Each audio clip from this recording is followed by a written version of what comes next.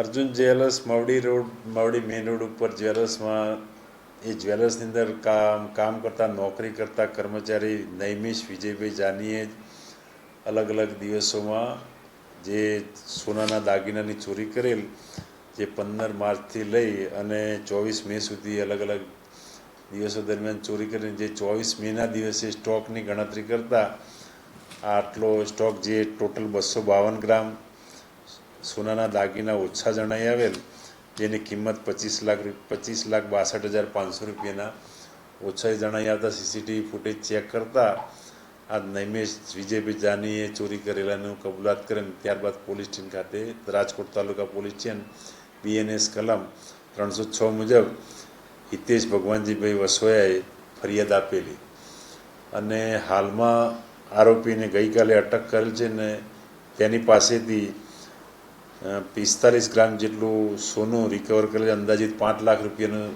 સોનું રિકવર કરેલ છે, દાગીના રિકવર કરેલ છે.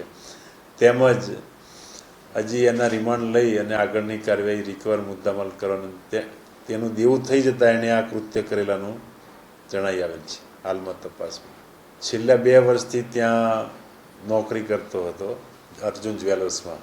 એ અન્ય હજી સુધી કોઈ માહિતી આપેલ નહીં, તેમ છતાં એને રિમાન્ડ લઈ અને વધુ પૂછપરછ કરવામાં આવશે. રિમાન્ડ દરમિયાન પૂછપરછ કરવામાં આવશે. સાંજ સમાચાર ફેસબુક પેજને લાઇક કરો, વિડીયો શેર કરો અને વધુ વિગતવાર સમાચાર માટે sanssamachar.net વિઝિટ કરો.